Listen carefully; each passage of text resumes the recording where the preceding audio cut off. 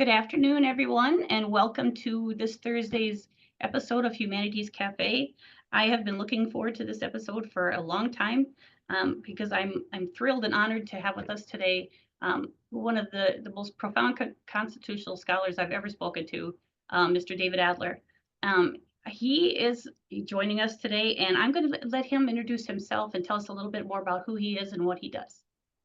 Thank you, Stacy. It's so nice to be with you. Thank you very much for having me. I'm really looking forward to our conversation today. I'm a big admirer of what the Humanities Council in South Dakota does, and it's nice to be a small part of it today. As people may know, I'm president of the Alturas Institute, and I've been a professor of constitutional law for many years. And so I'm deeply interested in writing about the Constitution. And of course, I write a weekly constitutional column for a number of South Dakota newspapers and elsewhere. And do lectures around the country on the Constitution. And so I'm living my dream, I might say. It's my passion to write and talk about the Constitution. And so it's working very well for me. The Alturas Institute, if I might say, is a nonprofit educational organization, a 501c3, created to defend American democracy by advancing knowledge of the Constitution, equal protection and women's rights, and generally by promoting civic education, all of which I think adds up to a very important mission, particularly in these times. And I think it appeals to Americans because people want to know more about the Constitution. Often people will say they revere it, but they don't have a great deal of knowledge about it. So that gives us an opportunity to do some good work, I think. And over the years, I've taught at a variety of institutions. I've taught at all three universities in Idaho. I've taught in various other states. I've lectured abroad. And so it's been terrific. I've really enjoyed it and have a lot of work ahead of me. So I'm eager to talk to you about a lot of important subjects today. And I hope that there'll be some questions from our audience. I always enjoy that very, very much. So again, thank you for having me. Absolutely. Thank you for joining us. I think to start off, because there is so much to talk about, I kind of wanted to lay a basis for this discussion on what is the importance or the role, what was it to the original founders, the rule of law? Hmm. That's such an important subject. I'm glad you raised it. For the framers of the Constitution and more generally to the founders of the Republic, it was critical to their dreams because in 1780, for example, John Adams, a very important figure in American history and the author of the oldest written constitution in the world, which is the Massachusetts Constitution, said that we're a government of laws and not men. And that very short statement sums up the great admiration that the founders had for a nation that would be governed by laws. That is, they attempted to alleviate all the pressures that would be placed on office holders to act arbitrarily, to bend to the ambition of power, which is very, very broad, and few seem to escape that. And it was their idea that if they could, in fact, impose the rule of law, then we would have institutional norms and practices that would restrain governmental actors and to limit their ability to act arbitrarily. Voltaire, the great French philosopher, one of the great Enlightenment thinkers who wielded a lot of influence on the founding generation, thought that civilization itself consisted of the rule of law, that liberty depended on the rule of law. And this is certainly an important theme that James Madison, justly known, I think, as the father of the Constitution, who wrote in Federalist 51 that, in fact, the ambition of people in office has to be tempered, it has to be restrained. And this was born out of the founders' deep reading of history. They were keen students of history, after all, but also, Stacy, their own experience under King George III, whom they viewed as a tyrant, and they suffered under what they perceived to be his arbitrary and capricious actions. And so they wanted to restrain the actions of all governmental actors, presidents, judges, members of Congress, and people holding lower office, because then that would assure, the founders believed, a large measure of liberty and security. Thomas Jefferson said, "Our liberty and security depend upon the possession of a written constitution." As much as they would admire their colleagues in power, they would also be apprehensive about the exercise of power. And so that's why Jefferson said, let's chain government to the Constitution. And so this was all summed up very nicely on several occasions by Chief Justice John Marshall, who said essentially that government has no authority to transgress the law. And that's a very nice reminder that at all events, under all circumstances, our governmental officials have to act in accordance with the Constitution and the laws of the United States. There's no dispensation for governmental actors to violate the law, because if there were, we would not be a country governed by law, but a country governed by arbitrary men and women. Thank you for that introduction and summary. I think that's an important thing to keep in mind underpinning all of the topics we're going to talk about today. You know, almost there, I'm sure everybody on here and everybody listening is aware of the confirmation hearings going on Capitol Hill right now. And so one of the big topics leading up to the election itself was the issue of recess appointments. How does that work? You know, we're in the midst of the hearings now. So what, in terms of if recess appointments are to occur, what positions are included or filled by appointment? Yeah, that's a very important issue. I'm glad you raised it. And in fact, the question of whether or not the president-elect Donald Trump would have his wish, when he said soon after the election, when there were three candidates in the GOP leadership vying to become the next Senate Majority Leader, which of course ultimately became South Dakota's own Senator Thune, he said in very strong, in fact, bold language, that whoever is going to be the majority leader must, quote, must agree to recess appointments.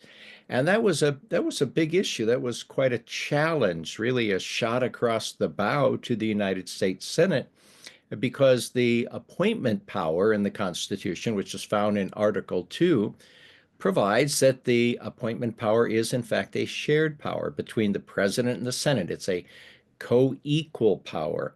And so for a president-elect to insist that the Senate should simply step back, retreat to the sidelines, and simply offer a rubber stamp to the president's wishes that the nominees for cabinet post should be simply confirmed on the basis of recess appointments, represented to many an affront to the United States Senate, a proud institution, very justly proud of its constitutional prerogatives and its important role.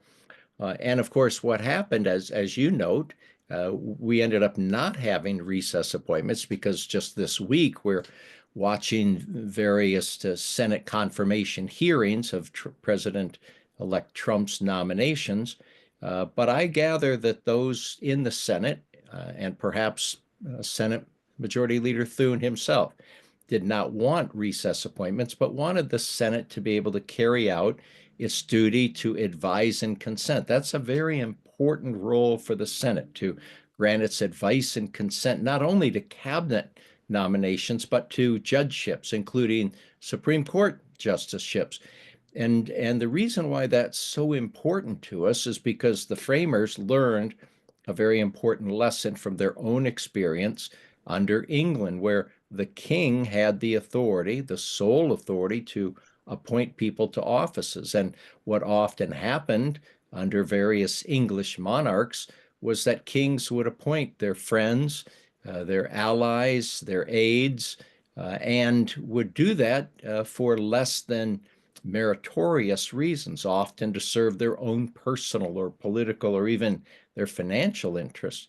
And so that wouldn't serve the country well. And so the lesson that the framers learned from that was that the power should be shared to protect against appointments of people who weren't well equipped for the job, who frankly did not have the qualifications and credentials necessary to perform the responsibilities and duties of the office. Hence, the Senate was joined with the president in this power. But the framers understood that because their legislature, that is Congress, would not be meeting full time, that there was the possibility that a vacancy could arise while the Senate and the House were in recess. And we didn't want to handcuff the president's ability to carry out his most important functions, including the responsibility to take care to faithfully execute the laws, which was his primary responsibility. And so the framers provided for recess appointments. If Congress is out of Washington, then the president may fill up an opening because Congress is in recess. And all presidents, beginning with George Washington, have used that power. It's become controversial at various times because as these appointments have become more partisan, both the White House and Congress and both parties have jockeyed back and forth to ensure that they had the opportunity to fill those offices that had become vacant. And so sometimes Congress would declare itself in session when it really wasn't in session, simply to prevent the president from filling up a vacancy. And on the other hand, presidents would declare Congress is in recess, therefore I'm going to appoint somebody whom they knew that Congress would not confirm. So we see the familiar jockeying back and forth, the partisan scraping. And so all that's pretty normal. But we've never had the kind of situation that we were confronted with when President-elect Trump, I think just a week or 10 days after the election, announced that the Senate should simply fold its arms and retreat and allow him to place his people in positions of power. That would have been, I think, a grave dereliction of duty on the part of the Senate, frankly, to have stood aside because the constitutional appointment clause essentially says we want the Senate to advise and consent. And even though these hearings so far probably are not reflective of a serious role by the Senate because of partisan interest, at least the hearings are being held, Stacy, and we've not suffered through recess appointments. Part of that, when I hear the whole recess appointments thing, and I hear people talk about it, there's question as to how does this happen? And looking into it, the process isn't as easy as it seems on the face. For him to, for the President-elect Trump to say, this is who I'm appointing to this office, therefore they're in the office. Can you explain the process through which, once President-elect Trump says, I want, John Doe to fill this role, what happens then? Yeah, I'm glad you asked. The reality is that what the Senate would have done if Trump had enjoyed his preference, the Senate simply would have called itself into session, maybe done a little bit of business, and then adjourned, taken a recess. And then while senators were on recess, while the Senate was in recess, then the president simply would have appointed those people. And then the Senate might have come back, let's say, in a week or 10 days, would have come back in 10 days at least. And it would have found that those cabinet positions of such great importance to our system had already been filled. And of course, not only, as I say, would that have betrayed the important constitutional obligation of the Senate to offer advice and consent, but there would be no opportunity for the other side, in this case, the Democrats, to have raised serious questions about these nominees' qualifications and credentials. So I think in sum, the founders got it right. As they often believed that the essence of the Republican ideology was the idea that the conjoined wisdom of the many is better than the view of a single person. And so on the playground, we used to say two heads are better than one.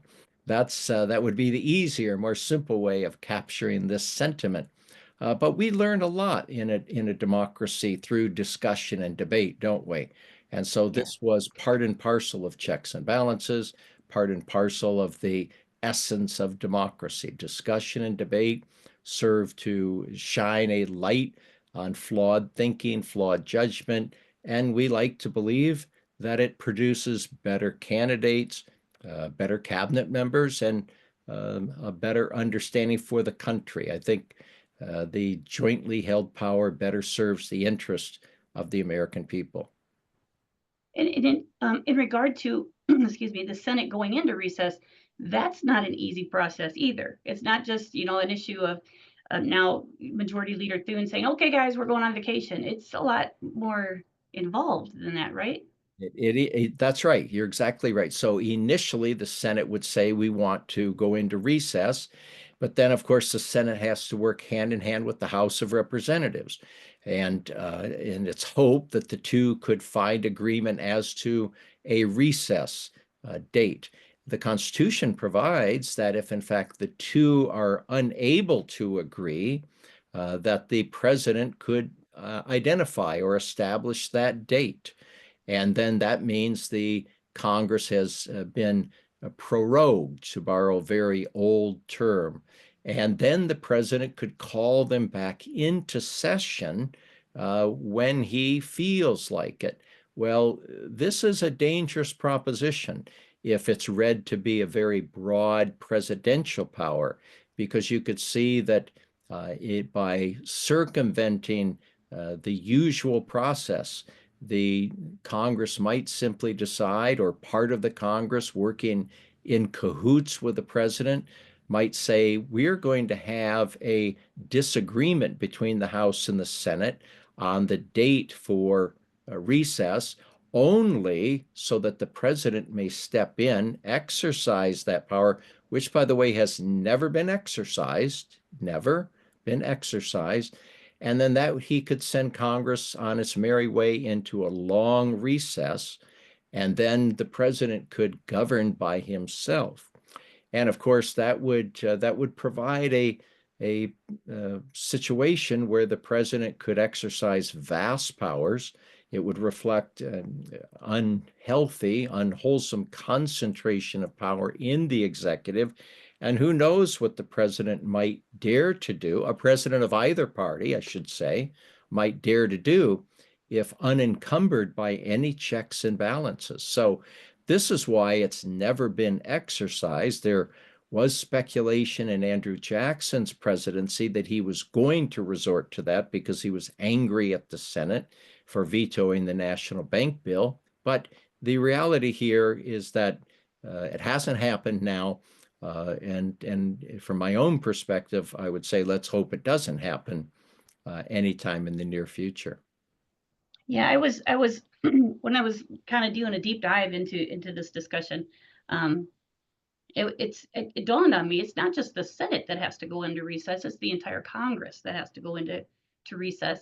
And there was a case; it was decided in, I believe, in 2014 that made it more. There has to be a minimum of 10 days for a recess. That's So right. I mean, it's probably not as easy as we all thought it was going to be, or that it could be.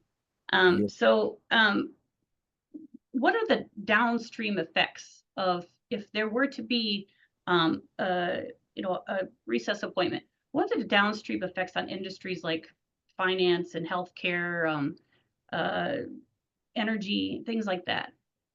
Yeah, I like that. The reality here is it depends on, of course, the particular vacancy that we have in mind and the person that's going to fill it. So in those crucial areas that you nicely identified, finance, healthcare, energy, if in fact, in this particular case, President Trump was interested in filling the office with somebody whose views were not in concert with a majority of the Senate, let's say, a person who could not be confirmed by the Senate.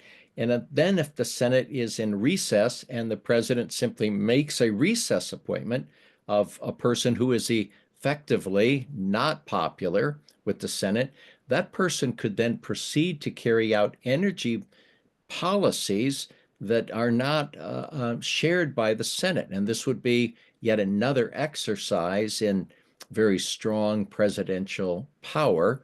And again, once more circumventing checks and balances. And we all recognize, as the founders did, that everybody in a position of power wants to exercise power. And as Madison said, those with power have huge appetites.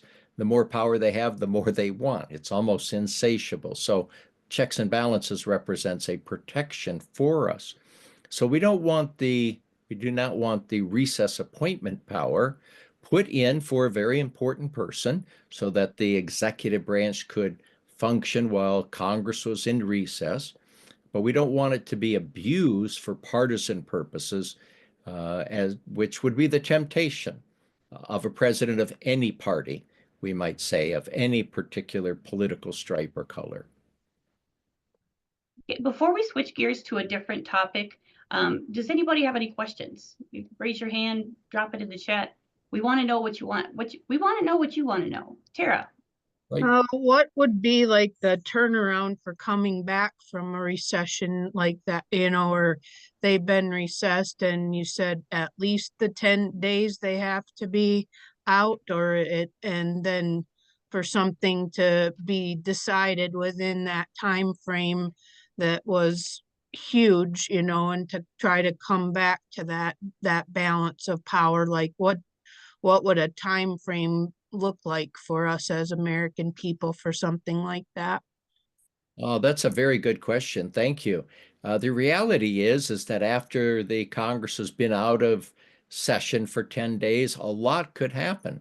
The president might, for example, install somebody through the recess appointment method who could issue regulations that would have a big impact on healthcare or finance or energy, could put in place tariffs, for example, that the Congress might have resisted. One reason, if you're thinking about the exercise of the recess appointment power in very partisan terms for resorting to that power, would be precisely because you know that Congress is opposed to your position, opposed to your policy, and therefore you're able to push it through precisely because Congress is out of Washington. So that doesn't serve the republic well. I think we're much better off if we engage in honest, open deliberation, discussion, and debate. That may be a pipe dream because, in fact, people in positions of power want to achieve their agenda. As any politician would tell you, what's the use of having power if, in fact, you can't pursue and achieve your agenda? Yeah, thanks for asking. Anyone else? Okay, well, another topic that was in one of your columns recently, and is kind of, a lot of people want to know about it, is the issue of presidential pardons. They're not a new thing. I mean, there's the issue of current President Biden, his pardon of Hunter Biden, and of the incoming president's intention, or his intent to issue pardons to those who participated in January 6th riot. What is the constitutional basis for the presidential pardon power? Why was it included? That's a great question. And this is one of my favorite topics. I'm happy to talk about it for 5 or 6 months, Stacy. The reality here is that the framers of the Constitution recognized the need to place a pardon power in some branch of government. And they knew this from their reading of history. And the pardon power, as you say, is as old as time. The Roman Republic had it. The framers were much more familiar with the ways in which English kings practiced the pardon power. And essentially, it has a dual function, and that is it's the power of mercy, a recognition that courts of law can make errors, and so it's available to remedy miscarriages of justice. It was also available, the framers determined, in the case of its availability to stem rebellions, to stop rebels from engaging in an assault on, let's say, the nation's capital or an attempt to overthrow the government. And they learned this lesson from Shays' Rebellion in 1786. Students of American history will recognize that how important that was during that deep recession when farmers were losing their farms because they could not make the payments on their mortgages, and several states were not willing to pass laws to help them preserve those mortgages. Farmers in the western part of Massachusetts rose up in rebellion following a farmer named Daniel Shays. They rode into courthouses throughout the state, the western part of the state, and essentially stopped courts from foreclosing on their farms and mortgages. Essentially took the gavel out of the hands of a judge. And so the rebellion itself was relatively bloodless, in part because the governor of Massachusetts stepped in and offered a pardon to all those rebels, effectively saying, lay down your rifles or your pitchforks, as it were, and rejoin society. You will not be punished. What the governor had in mind was that if farmers did not receive an offer of a pardon to stop the rebellion, what interests would they have? What incentive would they have to lay down their arms? They might as well keep on fighting to the death. So the founders then recognized it as a tool to restore domestic tranquility. So with that in mind, in the Constitutional Convention, the framers began the discussion about which branch of government should exercise the pardon power. Their first thought was, well, let's place it in Congress because it will be less likely to be subject to abuse because there would be healthy discussion and debate on the merits of the issues. The framers were concerned about the abuse of power because they were familiar with the fact that English kings had often abused the pardon power. They were notorious spendthrifts, for example, and so they would essentially say to some people who had been convicted, I'll pardon you if you contribute X number of shillings or pounds to the king's coffers. Talk about a cynical abuse of the pardon power. And when the king then needed still more money, the king would go into debtor's prison and say to those in debtor's prison, if you pay me a certain amount of money, I will grant you a pardon. Well, of course, those people in the debtor's prison couldn't pay the pardon fee because they were in debtor's prison because they didn't have any money. So the king said, well, do this and this for me, and I will free you, and you can pay me later. And so, as I've written, I think this was probably the origin of what shoppers recognize as the layaway plan. You purchase something now, you pay later. I'm not sure that English monarchs had that in mind, I should say, but it's a good story. At any rate, the founders, then very familiar with the abusive use of the pardon power, thought that they would place the power in the hands of Congress, but that wouldn't work because, as they said, what if we have a domestic uprising? Again, pointing to Shays' Rebellion. And they said, what if there's a rebellion, Congress is not in session, we have no means of stopping the rebellion through an offer of a pardon. That's when they turned to the presidency then.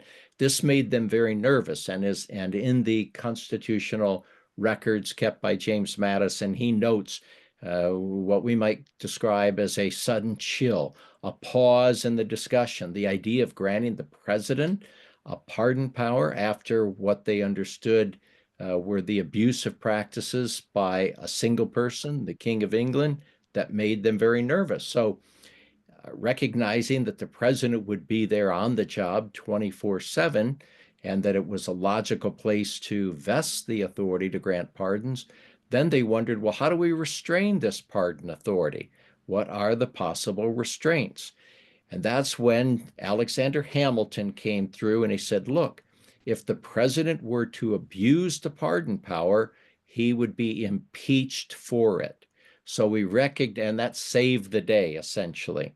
So the availability of impeachment to temper the abusive practice of the pardon power is what carried the discussion and debate in Philadelphia. That still didn't provide a lot of satisfaction because there could be various ways to circumvent that. But what else are we to do? The framers said. So they kind of held their breath, crossed their fingers, and hoped that an impeachment power would be sufficient to constrain the president. Are there, in the Constitution, are there any offenses or crimes for which people cannot be pardoned? Like they are categorically, nope, you can't do that. Yes, in fact, the lone textual exception mentioned in Article 2 is impeachment. So the president may grant pardons for offenses against the United States except in cases of impeachment. You don't want somebody who's being impeached by the House and the Senate to be pardoned for those offenses by the president because that would essentially, A, undermine the impeachment power itself. And secondly, it would certainly eviscerate separation of powers, but it would also mean that the president could exempt anybody, anytime, for any reason, because already the president could pardon anybody for offenses against the United States. And if you remove that textual restraint for impeachment, then it's a blank check, isn't it? And what's interesting, Stacy, about this is that the framers learned once more from English legal history. We often say that the Constitution was, of course, written against the backdrop of English legal history, but there was an episode in the 17th century involving precisely this concern. Lord Danby, who was the Treasury Secretary in England, had done the bidding of the King, King James II, and had gone around collecting money from European countries secretly to raise money for an army that the king wanted to use to go to war at a time when Parliament had opposed it and said there'll be no more wars. Well, when Parliament learned that Lord Danby had gone behind Parliament's back or violated its wishes, then it began impeachment proceedings. The king came down to Parliament and said, you cannot impeach Danby because he's following my orders and I'm going to grant him a pardon. At that point, Parliament, well aware of the convulsions in the mid-17th century in England, the civil wars, said, no, if you want another civil war, if you don't want a civil war, you'll stand down. So that was a great historic confrontation between the Parliament and King. The King backed away. Unfortunately for Lord Danby, the loyal Danby, he went to the Tower of London for 7 years. So it's a moral in this story, isn't there, that resonates in American history. You don't do the bidding of the executive just to show your loyalty, because often you're going to be punished. And so that searing, that event left a searing mark on the memory of the framers, and that's why they omitted impeachment as an offense that could be pardoned by the president. So in broad context, then, does a president have the right to pardon him or herself? Yeah, that's a great question, isn't it? Because the Constitution doesn't say anything about that. And of course, it was never raised in the Constitutional Convention for this reason. The framers would have found that to be an outrageous proposition, because the idea that a president might pardon himself or someday herself would make a mockery out of the age-old principle, centuries old, that no man may be a judge in his own cause. And that goes back to the early 17th century, a pillar of Anglo-American legal history. So the framers would have laughed at that. nobody would have dared to say it. And it never had been mentioned in American history until the presidency of Richard Nixon, when, under the crushing pressure of Watergate, Nixon looked around him and saw how many members of his administration were going to prison, and he knew that he was going to be indicted. And so he said to his own attorney, Leonard Garment, can I pardon myself? He asked. Garment, even though he was loyal to the president, said, no, that concept is grotesque. What an interesting response from the president's own personal lawyer to have the wherewithal, the backbone to say no, but also to say the proposition is grotesque. And so Nixon dropped the idea. So it was never raised until Nixon. And then it wasn't raised again until President Trump raised the idea. But if that were possible, as I say, it would not only violate that principle against a person being judge of his or her own cause, but it would simply, and it would certainly upend the rule of law. It would place the president above the rule of law. And even though we've now seen a Supreme Court decision this last term in the executive immunity case, which exalted presidential power beyond the imagination of constitutional scholars, it would still be unimaginable that a president could claim this authority. It's been untested because it's never been exercised. And if this president or a future president were to attempt a self-pardon, then undoubtedly would go all the way to the Supreme Court. One would hope that the court would find it as outrageous as the founders would have. And just on a personal question popping into my mind right now is, do you think the founders had any semblance of possibility in mind that there would be this much of a question of integrity in the executive level, and to the point where the chief executive of the United States is in a position where he or she needs to pardon themselves? Was that even a thing back then? I like that. That's a really interesting question. Yeah, the founders always feared that a demagogue could rise to power in the United States because they had seen it historically, but they still believed that the various constitutional devices that they had created, separation of powers, enumeration of powers, checks and balances, would have prevented a president from being in a position where he or she would have to resort to a self-pardon. And so in many ways, we could say that the framers would be rolling over in their graves at the proposition of a self-pardon. But still, the very fact that they could fear that a person could come to power who would flaunt the laws and rules of the United States is what led them to sharply constrain presidential power in Article 2. For all the talk that we hear sometimes, and I think it's often reckless talk, that the president has unbounded powers, or in the words of President Trump in his first term, that he enjoyed absolute power, that is unlimited power under Article 2, there of course is no support for that proposition, because the framers sharply limited the authority that the president would receive from the Constitution, because that generation lived in dread fear of a powerful executive. They feared King George.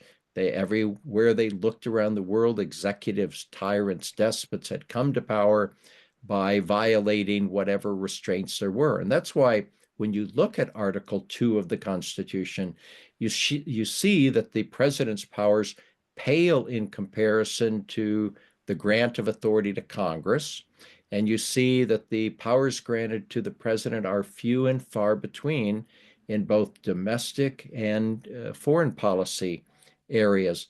And that was deliberate. What's happened, of course, historically, and this is worthy of several hours of discussion, what's happened historically, particularly in the 20th century, is that presidents have played fast and loose with the words of Article 2, and they've ignored those founding restraints. And the story of the presidency in America has been the aggrandizement of power. Presidents have aggrandized power far beyond the text of the Constitution. And so it represents the antithesis of what the framers of the Constitution had in mind, because they sharply limited presidential power. Thank you for clearing that up. It was just something that, like, I wondered, did they even think that this was possible? So I want to open it up again before we're going to transition into another topic. Does anybody have any questions, comments, concerns regarding the presidential powers or presidential pardon power discussion? You can either raise your hand, just pop up, put it in the comment or the chat. It's fine. Well, if you think of anything, we can come back to that as well. Another thing that I obviously I read your column every week. Thank you.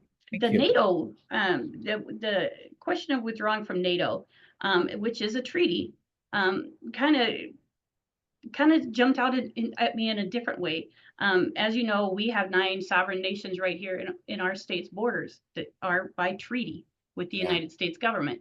So does the president have the power to unilaterally withdraw from a treaty, just all on his or her own? Can they just say, nope, sorry, that treaty doesn't exist anymore? That's a really important question, Stacy. So the first thing to note is that the Constitution is silent on the repository of authority to terminate a treaty. So the first question would be, why did the framers not write into the Constitution which branch of government has the authority to terminate treaties? Well, I think the answer is the framers were committed to what we call the doctrine of symmetrical construction. That is, that when a power is granted to an agency to do something, the power to undo that something is exercised by that same agency. So, in the case of the treaty power, which is a shared power by the President and the Senate, as you know, it would be assumed on the principle of symmetry that just as the President and the Senate together make treaties, the President and the Senate together would terminate treaties. You would require the assent of both departments. Now, why would that be? The treaty power was of great importance to the framers in the Constitutional Convention because all kinds of regional and economic and financial and security interests were bound up in the treaty power. So that when the framers convened in Philadelphia in 1787, it was clear that there was concern among the southern states that they would be outnumbered, as they were, and so they feared the idea that if the Senate could simply by majority make a treaty, that the northern states could make a treaty without the support of any southern states, just as the numbers shaped out at that point. It would change later, obviously, as the United States expanded. But at that moment, the southern delegates could count heads, and they knew the South would be ignored. And now, why was this troubling? Because the South feared that the North might make trade treaties with other nations that would serve the interests of the North, but at the expense of the South. And so there was fear, for example, that the North might negotiate a treaty that would surrender access to the Mississippi River, which was essential to Southern states because they needed that to ship out, to export their crops, such as tobacco and cotton, for example. So the debate on the treaty-making arrangement or structure was so intense that at a couple of points, the Southern states threatened to walk out, to destroy the convention, if in fact there was not a structural arrangement in place that could protect the interests of the South. That's what led to the 2/3 figure, that treaties to be made had to be approved by 2/3 of the Senate, which would provide that, at least in some cases, the southern states could protect themselves.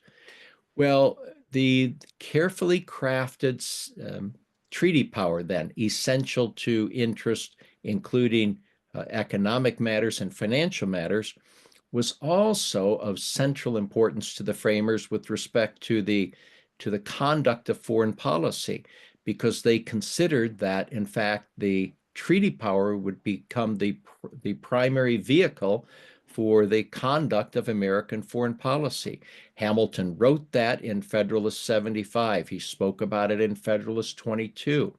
And so it was very clear, as Hamilton said, that the president could do nothing in foreign affairs without the assent of the Senate in the way of the treaty power. That means all those important reasons that we've just mentioned, including foreign affairs, financial, security matters, were all protected by this carefully crafted treaty-making power.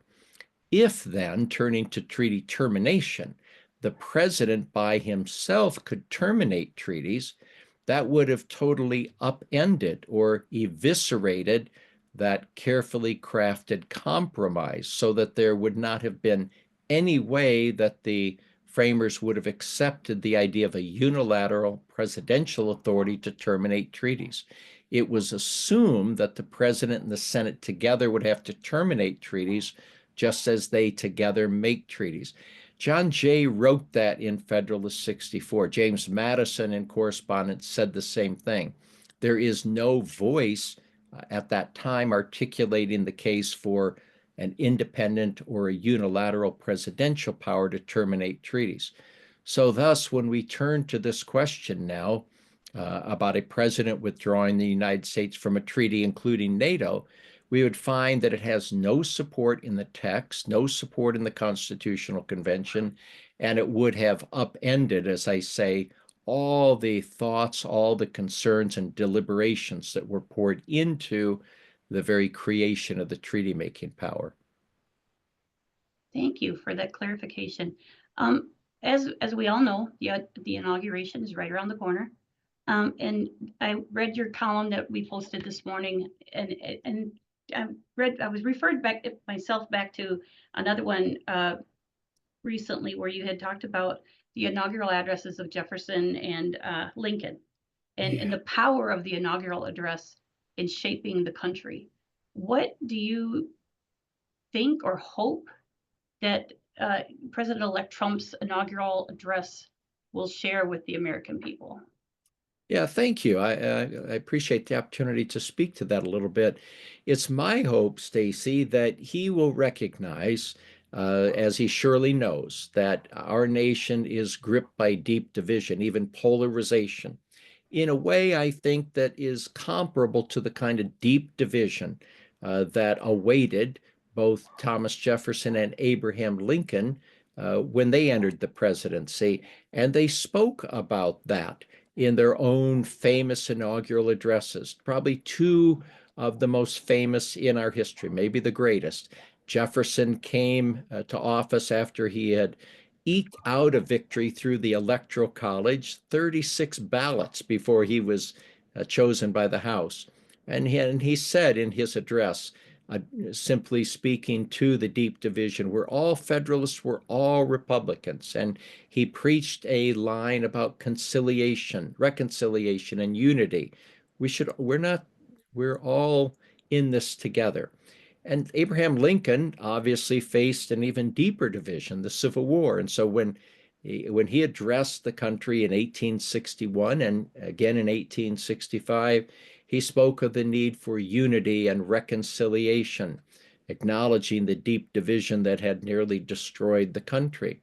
So it's my hope that President Trump on January 20 would say to himself, these two of the greatest presidents who delivered perhaps the two or three best inaugural addresses, spoke to the country on the need for unity and reconciliation. And I stand here in comparable circumstances, and rather than rehashing old grievances, that President Trump would see an opportunity to speak to the same kinds of virtues, the same kinds of public virtues that so animated Jefferson and Lincoln, because a nation cannot long stand if it is so split by stark lines of division, red against blue states, and to engage in these interminable culture wars. So I would hope that President Trump would see this as a historic opportunity. And if he were to do that, he would surprise, probably shock a lot of people if he preached that line, but it's a historic opportunity. And we know that this president, like all presidents, are concerned about their reputations. Every president is. By living in the White House, you live in a museum. You cannot help being compared to everybody else who's lived there. The China is there that Washington used, and so forth. So here's an opportunity for him perhaps to reshape his reputation in the minds of roughly half the country. So I hope he takes that path rather than trying, as I say, to rehash grievances. It's a big moment, Inauguration Day. George H.W. Bush called it democracy's big day. And in this particular case, the president stands before a global forum. As you know, President-elect Trump has invited a number of world leaders, not necessarily friends of the United States, many of those who would be considered to hold views antithetical to the principles of our democracy. But he will be addressing an entire worldwide audience. It's a good chance for him to mark that moment with some oratory that would distinguish his presidency for years and years to come. And he can essentially announce the policies and programs that he wants to put in place over the next 4 years. We'll learn a lot about it. It's a big opportunity for him. Yeah. In today's column, you stress the importance of public happiness. Can you expound on that a little bit and what your column for today refers to? Yeah, thank you for reading it. So everyone knows that in the Declaration of Independence, Thomas Jefferson, whose elegant words will live throughout the history of the United States and the world, said that we all enjoy certain inalienable rights, including life, liberty, and the pursuit of happiness. And so over time, there's been a discussion, was Jefferson simply speaking to private happiness? We all have the opportunities to seek that which most pleases us. Or was he speaking on a grander stage, a higher level, public happiness? And I'm convinced that's what indeed he was doing. He was talking about public happiness. Well, who helps to assist or promote public happiness? It's the government. So thus the government, as he went on to say in the Declaration of Independence, that among the chief responsibilities of government, in fact, are the preservation, promotion, protection of life, liberty, and the pursuit of happiness. And he borrowed this, no doubt, from the Scotsman who became an American citizen, James Wilson, one of my favorites, who was a key player in the Constitutional Convention. I think second in importance only to James Madison as an architect of the Constitution. And it was James Wilson who talked about public happiness. He was essentially reflecting the views of the Scottish Enlightenment, which exerted enormous influence on our founders. And so when we talk about the ability of government to, and the duty to promote public happiness, we also entertain the idea that the president has the opportunity, has a role in that, certainly. And this is why it's tied into Inauguration Day, because presidents will set forth their platform, their programs and policies for the next 4 years. And it's essentially an opportunity to talk about how the president's policies and programs will promote the public happiness. And historically, this is what presidents have done. And we're familiar with some of the famous slogans. Teddy Roosevelt had a square deal. FDR had a New Deal. Harry Truman had a fair deal. John F. Kennedy spoke to the new frontier. Interestingly, both Trump and Ronald Reagan had the same slogan, "Make America Great Again." I'm not sure all of Donald Trump's supporters realize that Ronald Reagan did that first, but no matter.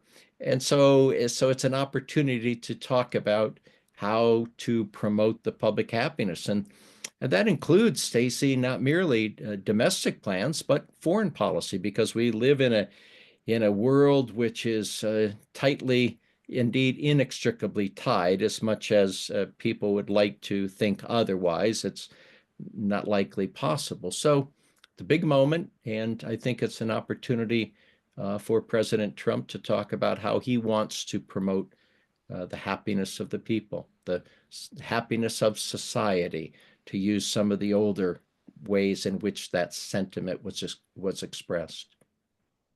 Thank you. And I did thoroughly, kind of on a personal note, Mr. Adler and I talked before we came on live here, and it brought me back to my college days when I took political ideologies class and Thomas Hobbes' Social Contract, and so it was a great read. I really enjoyed today's column. So I put a link in the chat if anyone wants to go take a look at today's column and all the previous ones. I think we have 125 so far this year. The last thing that just popped up into my mind, does anybody have any questions first? Otherwise, I have one more question. Okay, Stacey, Vicky, I go have. ahead. Oh, who said I have one? I do. Since the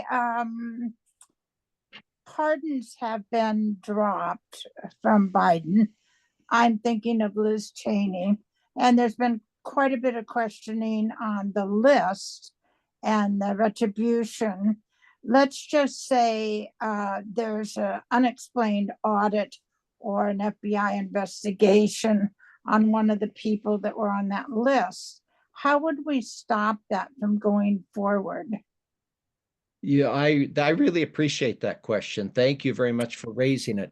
This is exactly what has prompted in the minds of many the hope that President Joe Biden, in his remaining days, few remaining days now, would in fact grant a pardon to lots of people on the so-called enemies list of either President Trump or Kash Patel or anybody else. Because once President Biden leaves office and the investigations are launched, a mysterious audit, for example, as you suggest, that could lead to an investigation, perhaps prosecution, there's no way to stem that without this kind of preemptive or pre-conviction pardon that we've been discussing. There are, of course, protections in the criminal justice system. It's not the case that the Department of Justice, no matter how politically motivated it is, can simply grab somebody from the street and throw them into jail. You still have to go through a process, obtaining an indictment from a grand jury and a conviction from a jury and so forth. But let's understand that even short of a prosecution, being investigated can ruin one's life. It can turn your life upside down. It can ransack your treasury. You can go broke. The psychological toll, the great toll on one's emotions, not to say professional skills and interest also can exact a great toll. So a lot of people are urging President Biden in these last few days to grant those preemptive or pre-conviction pardons. I actually think that given what we heard yesterday from Pam Bondi, likely to become the next Attorney General, her unwillingness to state under oath that she would not engage in investigation or prosecution is troubling in response to questions posed by Senator Adam Schiff. And so there's great merit for President Biden to grant pardons to those people who are on that list, whether it's Liz Cheney or Jack Smith himself, and a good many others, to save them from the strife. I think it would be profoundly unfair to go after the people on the January 6th committee because Congress has an important investigatory role to play. And this January 6th committee will forever be known as one of the most outstanding investigative committees in American history, because the record they produced, which became part and parcel of Jack Smith's special counsel report, will stand the test of time. Well, we are right up against that 1 o'clock deadline. If you're on a lunch break, I'm sure you have to head back. But I do hope you'll join us in a couple weeks. We're going to talk with a couple of professors from South Dakota State University about the issue of DEI. and why that's diversity, equity, and inclusion, and why it's become kind of a divisive issue in America. In the meantime, I want to profusely thank David Adler for joining us today. It's been a wonderful discussion. Thank you to everybody who's come to join us for your questions and your participation today. And I wish everybody a great afternoon and a good rest of your week. Thanks for joining us. David, Bye-bye. thank you so much. We really appreciate you taking the time. We appreciate it. Thank you for having me. I really admire the work you do at the Humanities, Christina. Thanks for your Thank support. you. And please invite me back anytime. I love this Absolutely. very specific program. Thank you, Stacy. Thank Thank you. very much. Bye. Bye-bye.